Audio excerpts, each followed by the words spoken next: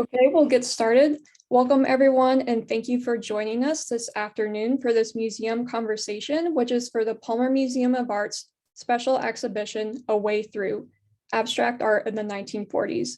I'm Alicia Skeef, a graduate assistant at the Palmer Museum, and I'm pleased to welcome you all to this event.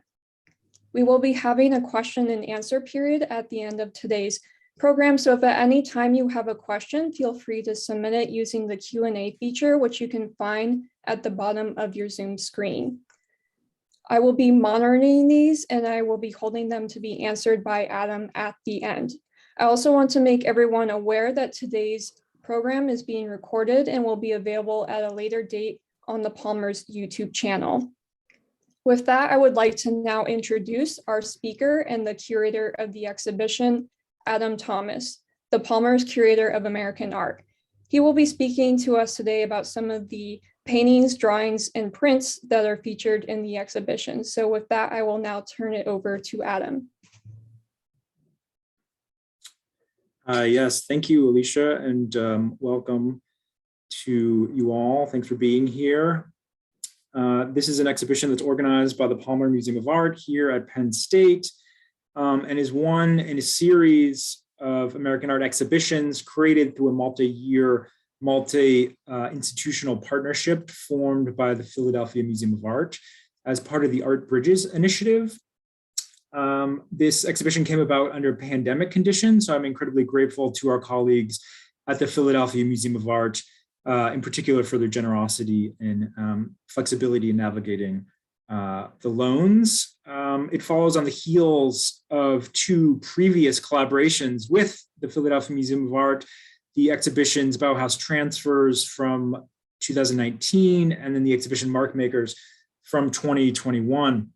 This exhibition, A Way Through, Abstract Art of the 1940s, brings together 22 works. So 10 of those are paintings and one collage from the Philadelphia Museum of Art. And then they're accompanied, complemented, augmented by watercolors, drawings, and prints from the Palmer's permanent collection. And the loans from Philadelphia include major paintings by Arshile Gorky, Lee Krasner, and others that I'll get to shortly. This exhibition is a kind of look at the sort of takeover or upsurge or sort of development or evolution of abstract art during this sort of pivotal, tumultuous decade. And it's a snapshot of sorts. It doesn't aim to be comprehensive. There are a lot of notable omissions, I'll just say, from the outset. But of course, this is an era, the 1940s and late 30s, an era beset by all kinds of upheaval, by economic chaos and world war, the Holocaust, nuclear destruction, and so on. And so in some sense, mid-century American artists were, working in a broad range of abstract styles and searching for new modes of expression,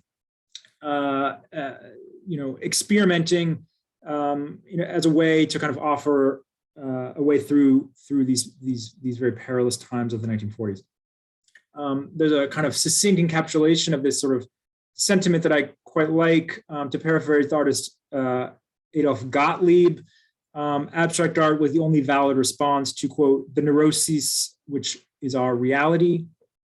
And the story this exhibition tells starts in the kind of late 1930s.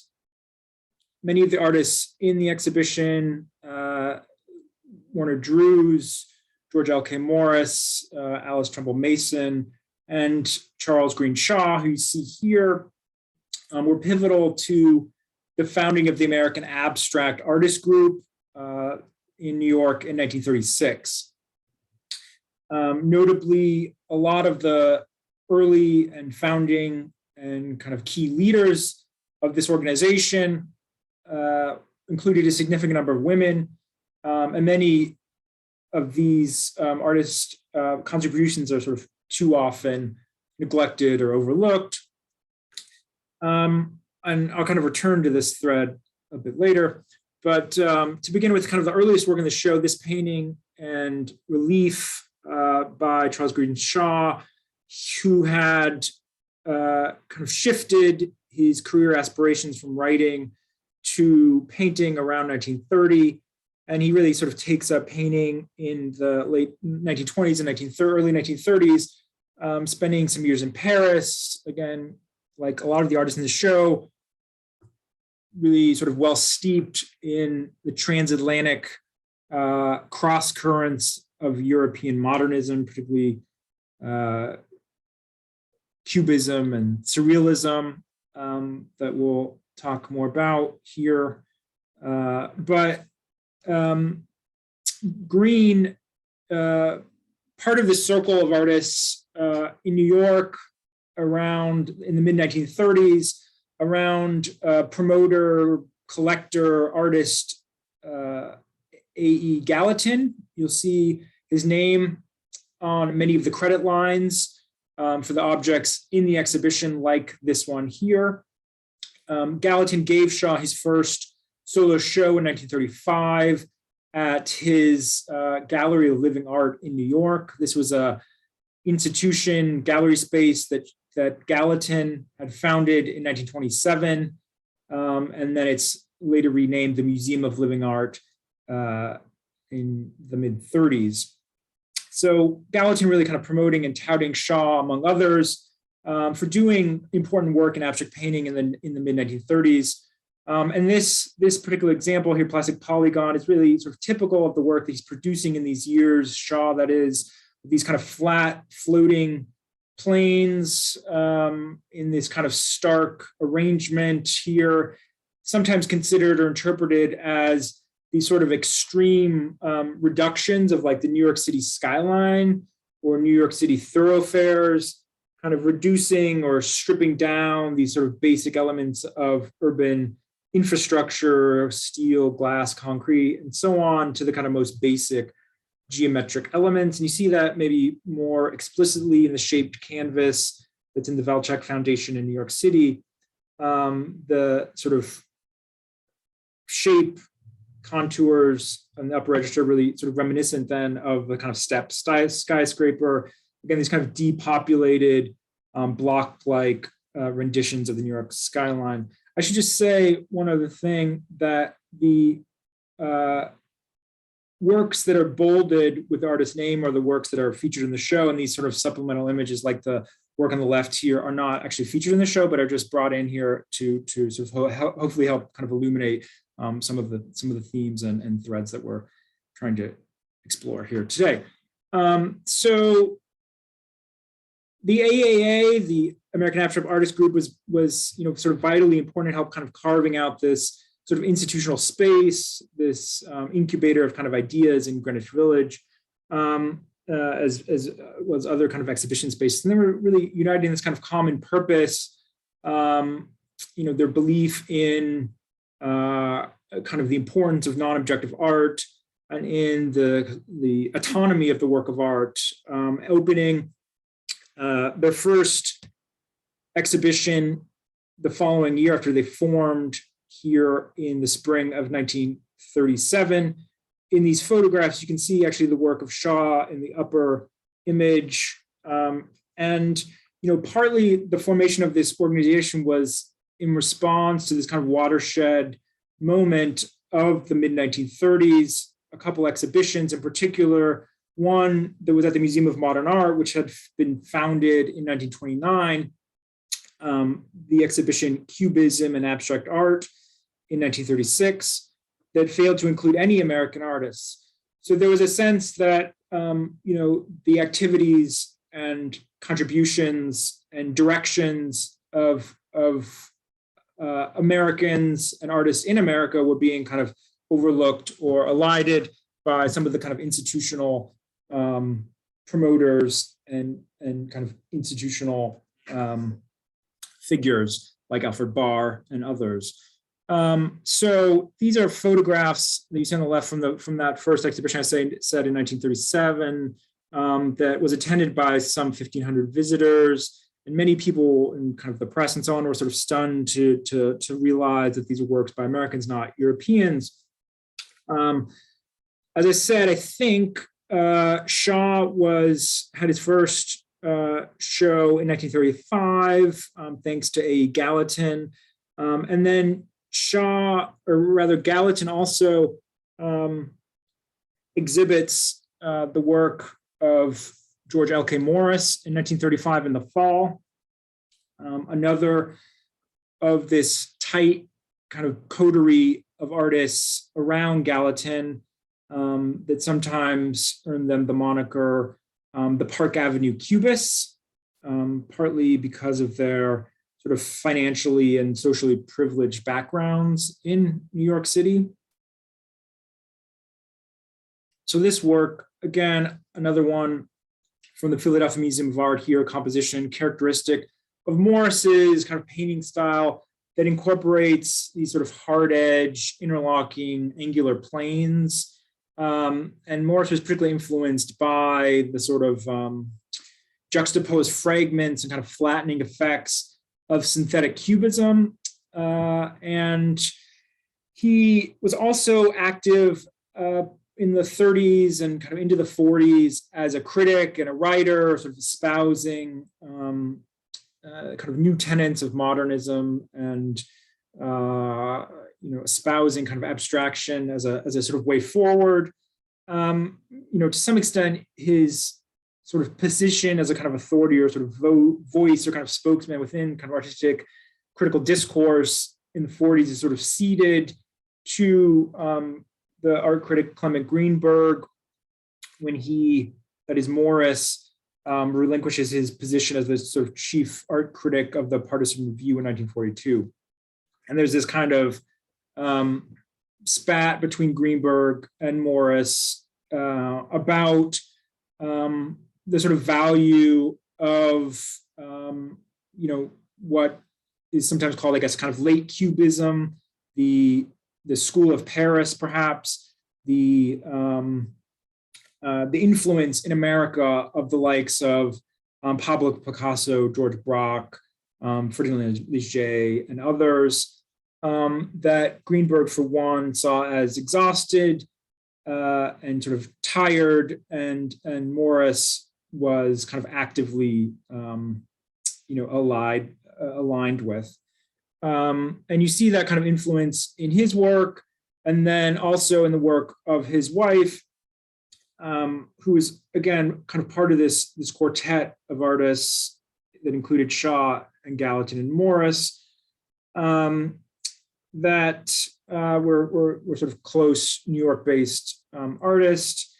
And Susie, Friedlin, Heisen, shifting in the mid-1930s, partly because of her encounter with Morris and her marriage to Morris in 1935, to shifting from a kind of realist painting style to one reminiscent of European Cubists to some extent, like Picasso and Braque, and Juan Gris and others. But she was essentially self-taught. A lot of these works kind of seem to sort of develop out of a kind of tabletop still life sort of origin, but then are kind of significantly abstracted into these sort of blocky kinds of forms and sort of spiraling arrangements, like you see here in this painting from 1940. This one also incorporating sand to give it a kind of textural surface as well as oil paint. And so she's of this sort of dynamic of this kind of school of thought that's still looking to nature as a source for making art, and then sort of significantly abstracting it. Gallatin, who I've been mentioning repeatedly here, you see an example of his painting style. Again, this very sort of important galleryist, collector, promoter, and as well as kind of artist here of abstract art in America in the really from the 20s, into the 40s and so on. You see sort of evolution of his painting style that kind of evolved into this stripped down form of cubism in these, flat abstracted forms and a kind of limited color palette. But you bring in this comparison, which is perhaps apropos, particularly because he owned this particular example by Braque, and then also as well as many works in the collection, or well as many works in our exhibition, donated them to the Philadelphia Museum of Art. This Brock work is not in the show, but again, sort of apt into thinking about some of his trajectories and kind of influences here, as well as his broad collecting. You know, he's really collecting that's centered around an international group of artists based in Paris, and sort of interested in facilitating and kind of establishing those links between European traditions and American abstraction of his own era. Shifting a bit away from some of these more hard-edged works like Gallatin's painting to a group that seems more kind of infused with the kind of biomorphic, kind of globular, sort of oozing, kind of primordial sensibility that was also burgeoning and bubbling in the period as well. This work by Esper Slobakina was actually also bought by Gallatin, who the artist called, quote, the patron saint of abstract artists in America. She immigrated to the United States in the late 20s and then had this kind of traditional training that really disinterested her, that she really thought was quite stifling at the National Academy in New York. And she went on to become, like many of the artists in the show, you know, one of the founders of the American Abstract Artists Group in 1936, and then exploring this kind of particular personal kind of color sensibility that emerges by the late 1930s, often with this kind of molten, oozing, kind of amoeba-like kind of single-celled organism-like sensibility that, you know, drew comparisons to the likes of the Spanish painter Juan Miró, the Spanish surrealist, as well as other artists. You know, in a similar kind of vein, there's two prints in the show. This first one by Boris Margot, who originated this printmaking process, this printmaking technique called the cellocut, which was made by dissolving celluloid and acetone. It was really integral to his printing, his printmaking of the 1940s, and for his attempts, as he put it, to, quote, create symbols expressive of our time. So he essentially invents this new medium, or it's very closely associated with him. And Webs of Force here, the title of this work, characteristic of his kind of surrealist-derived mixture of, again, these sort of biomorphic, oozing, amoeba-like forms set within atmospheric landscapes. These, you know, kind of quasi-landscapes were seen by certain critics as really, you know, evocative of the kind of atomic age, at least according to one reviewer in 1947. And, you know, sort of similar spirit around this sort of surrealist-derived imagery of these kind of vegetal, spongy, kind of wrinkly kind of creatures that are often affiliated in surrealist discourse with kind of probing of psychic interiority with the unconscious and so on, was,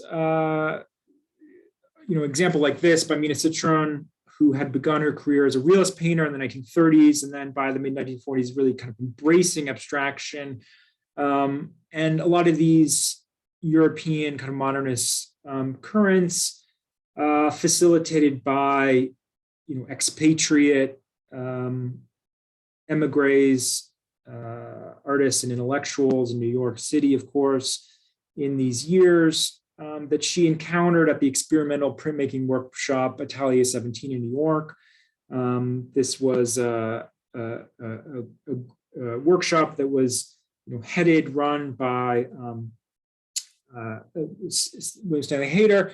And, you know, she's Citron, among other artists that are kind of collaborating and coming together to learn various sort of printmaking processes, and to refine and kind of hone those processes as they're kind of filtered through, again, all of these sort of influential movements that are making their way and making themselves felt in America. So Surrealism in particular offered Mina Citron, who had already pursued psychoanalysis since the 1920s,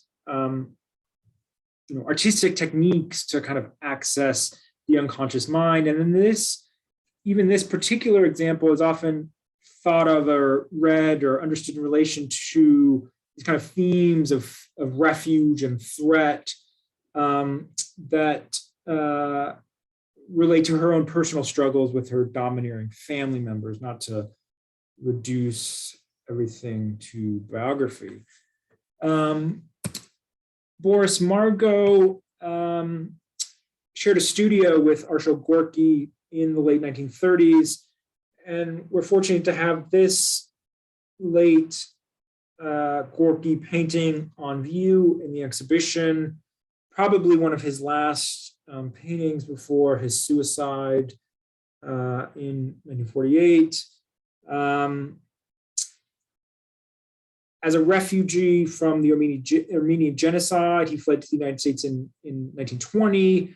And again, kind of Surrealism's emphasis on intuition, chance, the unconscious, provided avenues for him to kind of plumb interior worlds in painting. Things like his lost homeland and the death of his mother, in the 19-teens, often cited as particularly kind of charged emotional touchstones he's kind of working through in his paintings. In this example, dark green painting, you get again these kind of curving biomorphic shapes that dissolve into these lush zones of color, these kind of overlapping fluid forms that kind of melt, clear distinctions between figure and ground. That's so kind of characteristic of what Gorky's doing in the 1940s. And probably more than any other work in the show, this more kind of expressive, more gestural, more kind of fluid, more painterly handling or application of paint, this very kind of exuberant handling of paint. Gorky, just to show another example, not one in the show, but a very sort of seminal one by him at left. Gorky, kind of this hinge figure between late Surrealism and then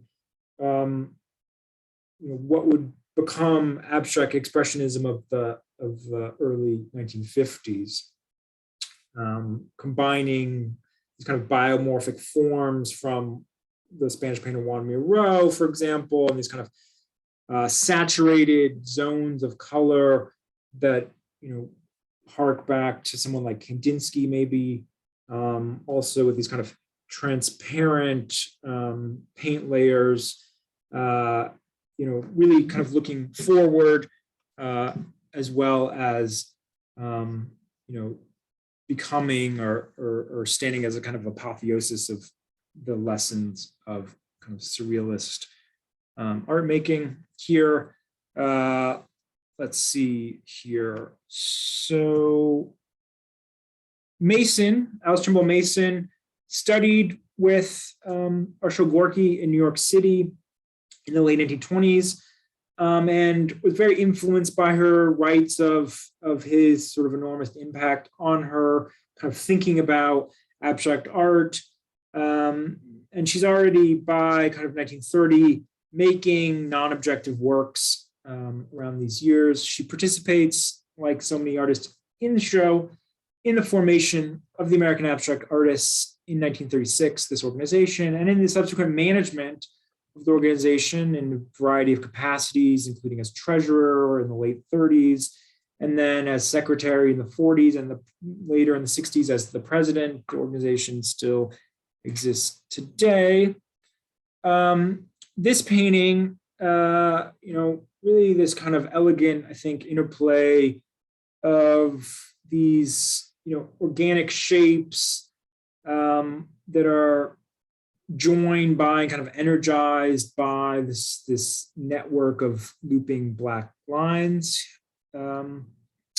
This painting was purchased by A. Gallatin. Again, you'll see the credit line there as a gift about a decade later to the Philadelphia Museum of Art.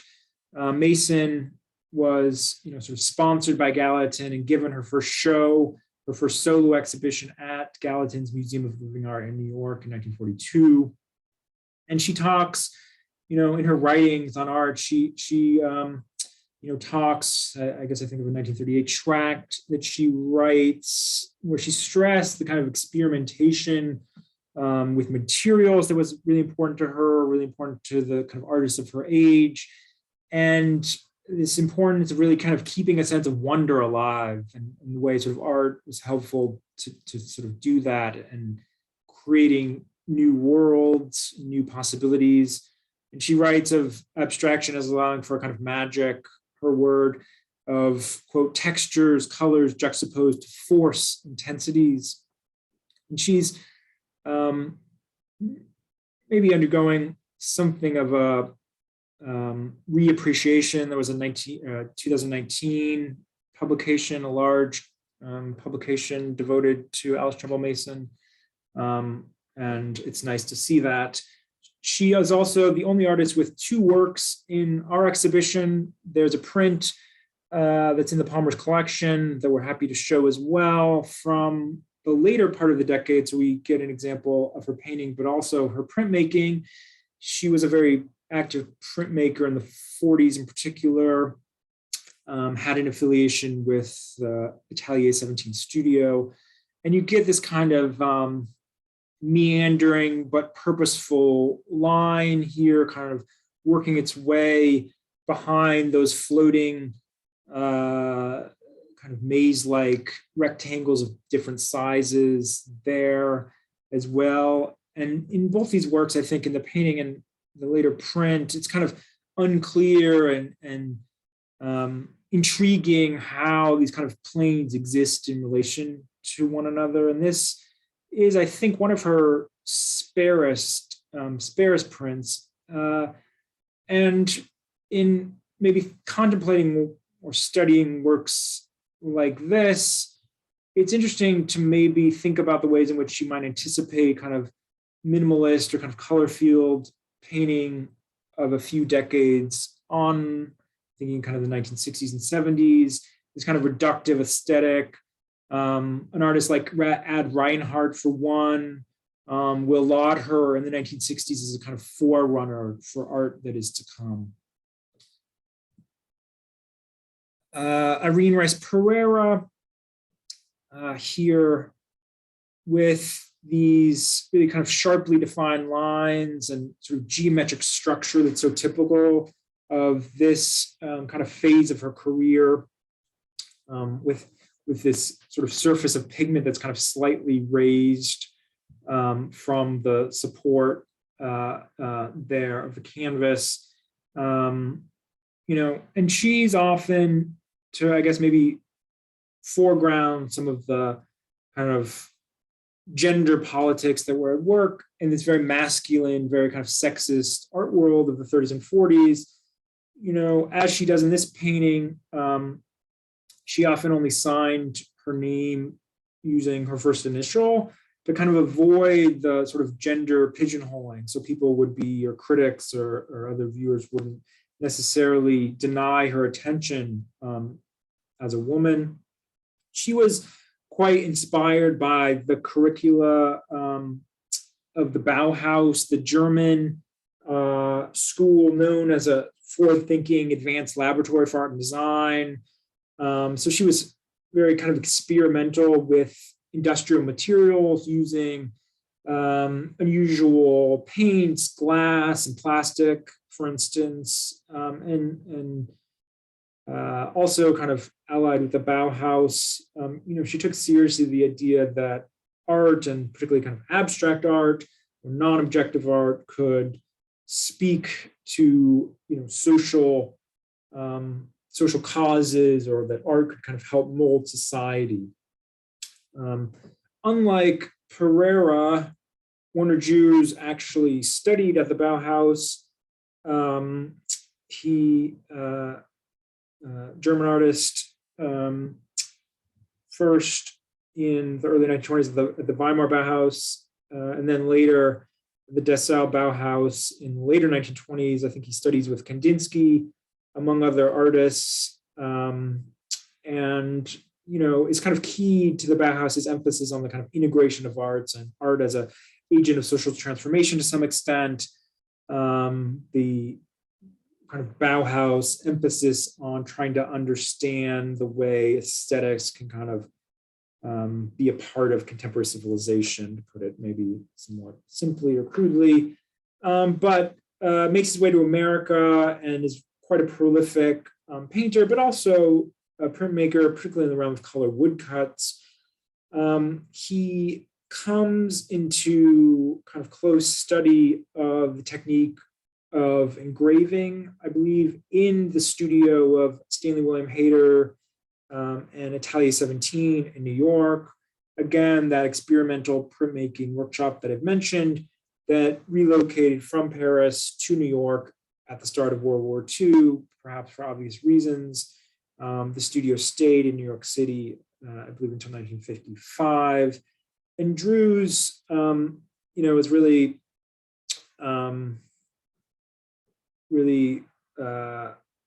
singled out Hayter as a kind of influence in helping him in the sort of realm of printmaking techniques and in these kind of early prints that he's producing. So this is just an example from that. And he, that is Drew's, teaches the following year, 1945, in Brooklyn College, where Arshile Gorky was also a teacher at the time, and then Drew's is also teaching in the Institute of Design in Chicago, which is a kind of Bauhaus affiliate, Bauhaus alum, Bauhaus veteran. When Naj goes there and founds that institution in Chicago. A bit of an outlier in the show is this collage by Gertrude Green, this rather small work on paper. And Green began making painted wood relief constructions in the mid-1930s. She was essentially self-taught, but influenced by, like, all of these figures to some extent, European modernist movements, in her case, especially Constructivism and Suprematism, Constructivism being this austere kind of branch of abstract art that originated in Russia in the 1910s, a kind of response to Cubism in a certain sense. And her process involved these kind of cutting up of wood shapes and then gluing and screwing them together in these wood sheets, building up these kind of layers that you see in this example at the left is clearly related to the collage that's in the show. There's a little bit of uncertainty perhaps about the dating, whether what came first and sort of how they necessarily relate, but nonetheless, the similarities, the affinities are clear. This one in the Museum of Modern Art there. And Henry Mccarter, one of a few Philadelphia artists that are in the exhibition. And Mccarter, a generation or maybe a couple of generations older than most of the artists in the show, student at the Pennsylvania Academy of the Fine Arts under Thomas Akins, and then has a long career as a teacher himself at the Pennsylvania Academy of the Fine Arts in Philadelphia. He's very active as a contributor, as an illustrator, contributor to a variety of periodicals like Scribner's, the Century Magazine, Collier's, and so on and so forth. But it's really some of these works kind of in the 1930s and around the last years of his life that, maybe hold his reputation to some extent today. This series of works that he's producing in 1940 and 1941 that are kind of inspired by or an attempt to kind of visualize sound. In particular, he was infatuated and kind of wanted to go back to Europe to sort of paint these town squares and these sort of bell towers in European villages and capitals like Brussels and Ghent and Bruges, to kind of try to visualize or approximate and paint something about a kind of sonic sort of sensibility or kind of sonic reverberation. So this series of canvases kind of, or his attempt to, quote in his words, approach, quote, the ineffable long second of a sound through all of the kind of visual formal properties that are going on here, pattern and color and brushwork, these kind of colliding and clustered lines. This picture is the largest, I believe, and likely the last of this group, but they share sort of similar sense of trying to kind of capture something that's invisible, that is sound, typically anyway, this sort of sense of lines kind of crashing together to sort of evoke cacophony or clamor or kind of bells ringing in these sort of strong colors that hark back to kind of post-impressionist or sort of fauvist kind of coloration. Another Philadelphia artist, born in Philadelphia, and also spent his career in the city, is Maurice Blackburn. He actually studied under Henry Mccarter, so this is connection to Mccarter there more directly.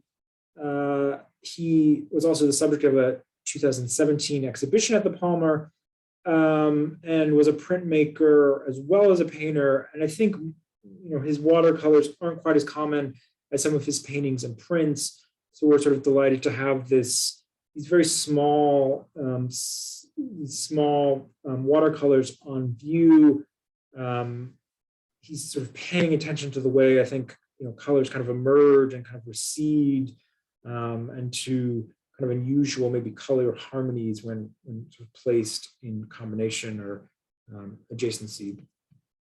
Another artist from just outside of Philadelphia is Paul Keane, who was quite young when he produced this work. He had spent the war years in the Army, and then he attends Temple University in Philadelphia.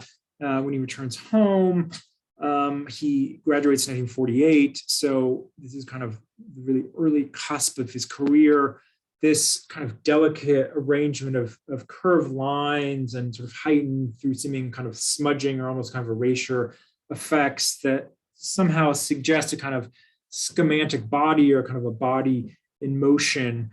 And yet the composition is so sort of powerfully reduced, especially in contrast to a lot of the other work that he'll produce, both in the late 40s and later in his career. He somewhat kind of oxymoronically called himself an abstract realist, sort of going between these poles. And this work, somewhat maybe related to this kind of sensibility that he was sort of working out also in print, these kind of similar blurring of kind of figure and ground. One of the kind of ugly episodes in, American race relations and maybe in the history of Penn State as well, was that Paul Keane was denied a teaching position at Penn State after he graduated from Temple. So this would have been in the late 1940s. Apparently, once the university learned that he was Black, and partly out of fears that the parents of students would sort of react negatively to a Black professor in the classroom. Two prints in the show here by relatively little known artist, Pennerton West. She was the descendant of the portraitist history painter of the 18th century, Benjamin West, another kind of Pennsylvania figure. And you get this kind of vestiges somewhat similar to you do with Paul Keane's work, these kind of vestiges of the figural, obviously kind of evoked or referenced by the biblical subject matter of the title, but with this kind of 1940s twist, this kind of surrealist derived twist, this kind of primordial sensibility here. And she, as you can see, died somewhat young. She's best known for her prints and partly, I guess, for her affiliation with Italia 17 in New York City. J Mcvicker, a much longer career, perhaps more varied career as well, was an Oklahoma-based, born and based artist, kind of working in this sort of semi-abstract, kind of cubist inflected prints, also a painter, this kind of modernist sensibility, but with a kind of regionalist bent as well, the subject of a lengthy monograph recently as well. Judith Rothschild, just another print here from the Palmer's own collection, was a New York City born artist and goes away for college and comes back to New York City and is really kind of making her name in her early career in the 1940s. She does also become affiliated with Italia 17 in New York in 1945, making a handful of prints there. And then in the following year, this screen print there, making a sort of suite or series of screen prints in 1946, where we get these kind of geometric shapes. This is kind of working through also in her paintings. This example on the left in the Tate Modern, these kind of jigsaw-like interlocking shapes with this sort of black outline. So a sort of similar aesthetic that's in painting as well as printmaking. A sensibility that sometimes sort of traced by scholars or others to the Dutch artist Mondrian, who had a kind of growing reputation in New York City. He was in New York, I believe, during the war years, and was interacting with a range of American artists as well. One ink and charcoal drawing here by John van Wyck that's maybe more representational, but I think suggests a kind of reduction of form and a kind of way in which this artist in particular, who commanded a barge supplying food to Army transport ships during World War II in New York Harbor, is sort of approaching a similar sort of setting or subject and sort of stripping it away over time. So these waterfront subjects, appear in his art in about 1944. So this is probably one of the earliest of these kind of maritime scenes, settings, but then they become even more kind of looser, more kind of expressionistic. And we see that in kind of two later lithographs, for example, but also in his other drawings and paintings, where the kind of architectural elements, these rhythms of the city become kind of reduced to line and shape and sort of some shading. So you get this sort of overall sense of the specificity of place in the Palmer work. The Palmer drawing is sort of gradually, kind of elided or kind of evacuated. Hedda Stern here with a 1949 trace monotype that, like I think some of the other works I've been talking about that have immediately preceded this one, kind of hint at this sort of quasi-human presence or kind of quasi-figural presence. And this relates to a series of paintings that she was doing about 1947 into the last years of that decade. She had just arrived in the United States in 1941, narrowly escaping the massacre of Jews in Bucharest, the city of her birth. And this series, these I can never say that, these kind of anthropomorphic series that she's sort of doing in these paintings in these years were inspired by or sort of influenced by her encounters with farm equipment during a trip to Vermont in the late part of the decade, that it kind of infused these sort of machine-like, farm equipment-like elements that she's picking up on with sort of animate kind of quality, kind of fascination, expressing a kind of fascination that she had with machines as having a kind of self-consciousness, perhaps, or sort of being infused with a kind of animate, aggressive, menacing quality that is also sort of related to, I think, desire and kind of unconsciousness and sort of matters of interiority and sort of issues discussed in Freud and Jung by way of surrealism, sort of grappling with those issues in this kind of mystery of mechanized power. And so I'd show you also maybe a more characteristic work in the painting that you see there, that's in the University of Illinois collection, the Krasner Art Museum. Around these years, she would appear in the Life magazine photo shoot that produced the famous Irascibles image. This is the photograph by Mina Citron that I show you there at the left, this late 1950 photograph that appears in Life magazine in early 1951, showing a great many members of the New York school, that kind of catch-all term for the sort of advanced artist of the period. And then, of course, notable for the male-dominated kind of machismo, sexist sort of spirit that's maybe expressed in this photo. She's the only woman to appear there.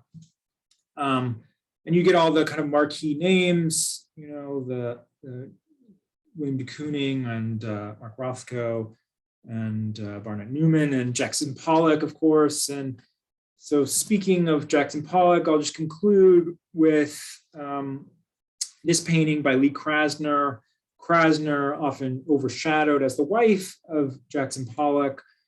They marry in 1945 and leave New York City, Manhattan, for eastern end of Long Island, for rural Long Island. And there, from 46 to 49, Krasner is making what she calls her little images, these series of paintings that this one composition belongs to this group of about 30 or 40, generally no bigger than about 3 feet or so, laid on flat on a table or the floor. And this name, this kind of little images, somewhat kind of ironic, especially given the large scale mural size canvases, almost kind of comically so, of the other members of the New York school, like Pollock and de Kooning and Barnett Newman, these sort of so-called kind of large heroic room-like canvases, that her series is sort of calling attention to in the negative in a certain way. One thinks the way in which the gender might inform the sort of title of these works, the kind of diminutive, as kind of little or inconsequential. But of course, these, a real kind of like watershed, transitional, important moment in this history of art, and history of the New York school, and history of American abstraction. So this work, composition with this kind of intricately knitted compartments with this sort of array of spirals, zigzags, and triangles, overlays this kind of more colorful, kind of jewel-like, dense surface. There's just 2 other examples I want to show you from this series. These not in the show, of course, but similar and clearly kind of related to the way she's treating the canvas as a kind of all over surface, this kind of single unified field. And in the Philadelphia example, there's a detail on the left. You get these kind of blues and reds and yellows and violets underneath, this kind of brick of color that's sort of tightly knit and built up together. But then also with this kind of calligraphic or hieroglyphic sensibility of these sort of carefully controlled, kind of as if she's sort of raising and lowering the kind of source of the paint to change the amount that flows onto the surface there. And, the kind of, sometimes this dense white lattice of kind of open squares or kind of almost grid-like arrangement is understood in terms of, of writing, of, glyphs, of even kind of harking back to the Hebrew language that Krasner learned in the sort of Jewish Orthodox household of her childhood. And it was also likely sort of applied or made or created from right to left, the way one also reads Hebrew. So this is all to say, not to kind of pin it necessarily to that specific reference, but that there's a kind of fascination that Krasner is kind of working through related to writing systems, that there's this kind of loose arrangement that kind of resembles script, and that's kind of evocative, at least as it's been talked about by art historians and scholars and so on, talking about it as kind of evocative of mysterious kind of writing. So I will close there and just remind, I suppose, that the exhibition itself is open through May 15th and on view at the Palmer, and I hope you're able to make it out.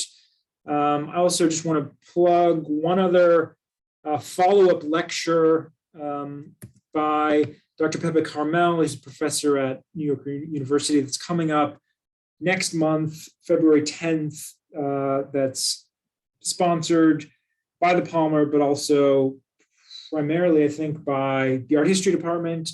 And you see the title of his lecture there. So now I'll turn it back to Alicia, and I think we might have time for one or two questions. Great, yeah, thank you, Adam, for leading us through the artist and some of the works that are in the exhibition. So now we're going to move on to the question and answer period, and I do see that we have a few questions in the Q&A. So our first question is, would you mind repeating the initial quote about abstract art as a response to neurosis of our reality? Could you tell us again who said it? Thanks. Yeah, sure. Sorry if I muddled that somehow. This is a quote from the artist Adolf Gottlieb. Gottlieb, kind of well-known member of the New York School, abstract expressionist, but not featured in the exhibition exactly. The quote was about abstract art was the only valid response to, quote, the neuroses, which is our reality.